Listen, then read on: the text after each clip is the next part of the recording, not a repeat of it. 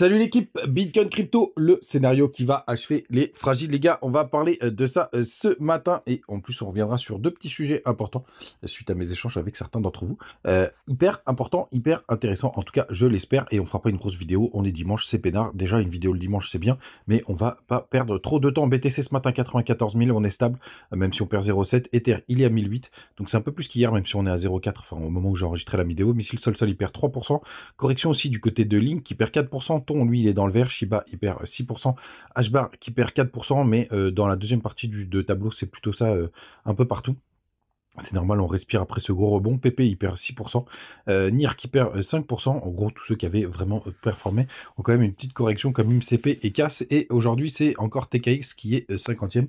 Je crois que c'était déjà le cas hier. Les gars, côté, on va commencer tout de suite avec le 4 heures du BTC. Pardon. Toujours pas sorti de cette tout. Donc hier, on a une petite incursion, une chasse au stop jusqu'aux 95 700 $. Donc ça, c'est plutôt propre. Vous le savez, à court terme, moi, je m'attends à une correction jusqu'environ les 91 500 $. Allez chercher tous ces stops. Ici, on est en train de faire un petit Dead Cat Bounce, d'ailleurs, qui est confirmé, un M-Top H4. Tout simplement, vous voyez, on a fait un haut, mais qui est plus bas que le précédent, et en plus en zone de rechargement de short sur les zones de clôture de bougie. Enfin, je crois qu'on est à peu près en zone de rechargement de short, je vérifie pas, mais ça se voit à peu près à vue d'œil. En plus, on est sur les clôtures de bougie. On a fait un nouveau plus bas, puisque vous voyez, la mèche est partie chercher plus bas. Donc, je pense qu'on a un petit inversement de tendance en H4 qui sera tout simplement un range. Rien de bien méchant, mais vous avez mon petit scénario en 1 heure, et je vous montrerai aussi pourquoi il est intéressant. En 1 heure, si ça veut bien s'afficher en daily, pardon. Bon, c'est pas grave, on va aller voir un autre graphique. S'il veut pas, s'il veut décider de nous emmerder. En daily sur le BTC, on est dans une simple consolidation. Hein. Vous voyez, on a un range qui commence à se former, qui me va très bien d'ailleurs. Vous voyez, jusqu'au même 92 000, même si je m'attends à une petite chasse sous cette mèche, et le plus haut, au 95 500. C'est bien qu'on aille la chercher, enfin j'espère qu'on va aller la chercher, et puis après, même sachez que même si on va jusqu'au 88 600, ça ne casse pas la dynamique daily, donc ça c'est une bonne nouvelle. Vous voyez, il y a toute l'imbalance. On pourrait même y aller, hein, ça dans le pire des cas. Quand je dis le pire des cas, c'est la correction qui serait la plus violente. Et en weekly, c'est très très propre puisqu'on a une belle bougie d'impulsion haussière. Alors, si on se met en weekly, vous voyez qu'on est quand même pour l'instant en train de travailler le bas de range. Hein. On n'a pas réintégré proprement le range weekly. On est plutôt dans les mèches. On est dans les mèches, mais dans les clôtures de bougie, vous voyez, la clôture de bougie la plus basse, elle était à 94 400, on est un peu au-dessus, mais les gars, pour l'instant, en weekly, c'est évidemment une belle bougie d'incursion, mais on pourrait avoir une petite consolidation, puisque sur ce bas de range, parce que dans le weekly, on n'est que au niveau des mèches. Mais c'est quand même plutôt propre ce qu'on a, et surtout, vous voyez, on a ce petit indicateur que j'aime bien, et ça faisait longtemps qu'il n'avait pas pop-up, donc c'est pour ça qu'il est plutôt pas mal. On a le petit buy qui est sorti de l'UTBOT, je voulais le partager avec vous. La dernière fois que ça a eu lieu, c'était ici. Tac, c'était quand le BTC était, allez, si on se met en haut de la bougie, à 63 000 $, donc ça c'est plutôt propre. Vous avez vu qu'il y avait eu pas mal de faux signaux sur la dernière consolidation. Par contre, sur celle-ci, c'est plutôt propre. C'est le premier signal qu'on a. Il y avait aussi des faux signaux juste là. Alors ça, c'était le point bas du bear market. Mais plutôt pas mal ce qu'on a de ce côté-là, tout simplement. Du côté de la Bitcoin dominance, toujours pas le Utebo qui a pop-up pour le coup. Donc on est toujours, même d'ailleurs, on est plutôt en train de faire un petit bull flag, hein, juste là. On va voir ce que ça va donner. Mais BTC pour avoir encore un peu de patate par rapport aux alts. Avant de parler du sujet du jour, on continue. Du côté des petites infos de BTC, Crypto Fear Gear 61, on est dans le grid, 170 millions de liquidation, c'est pas mal. Toujours 2,22 millions de Bitcoin sur les échangeurs. Donc on avait eu ce pic, hein, on en a parlé hier. Un pic qui était un pic, à mon avis, plutôt de Coinbase, tout simplement avec l'achat de, à mon avis, l'achat de BTC, mais qui sont tout de suite repartis. On va voir ce que ça va donner. Des phonies qui sont encore très bas et négatifs, même du côté de BTC. Encore des phonies hyper négatifs sur certaines cryptos comme Alpaca. Je suis sorti, moi, les gars, encore, là, je crois que ça a encore pris 100% hier. Mais bon, c'est la vie. Donc, encore un bon état d'esprit, un bon climat pour avoir des petites performances. Les gars, pour finir sur le sujet du jour qui est assez important, n'oubliez pas, vous avez les petits liens du côté de BitGet. N'hésitez pas à en profiter, hein, ça reste vraiment la meilleure plateforme.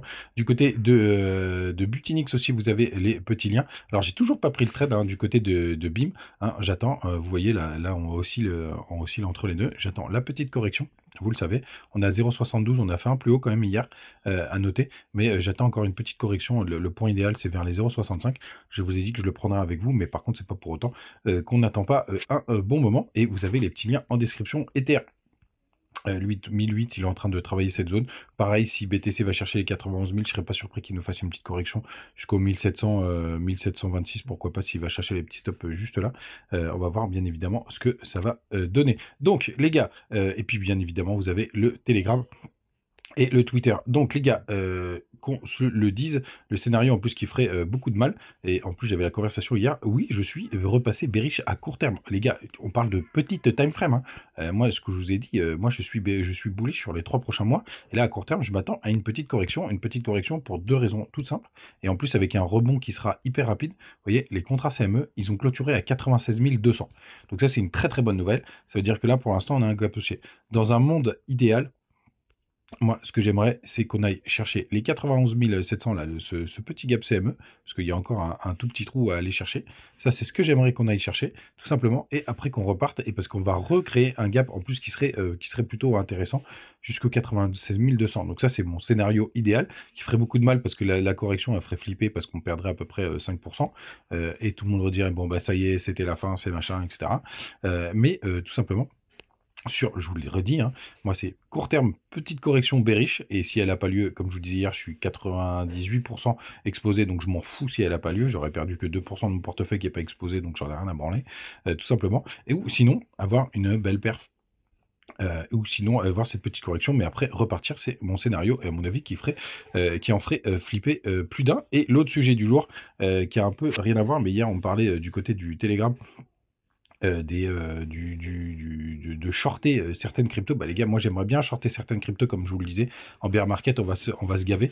Le problème, c'est que quand vous avez des cryptos qui sont déjà sur des points archi bas, alors je vais prendre un mauvais exemple exprès, enfin un bon exemple exprès, vous prenez EGLD, les gars, franchement, moi je peux pas shorter ça, quoi.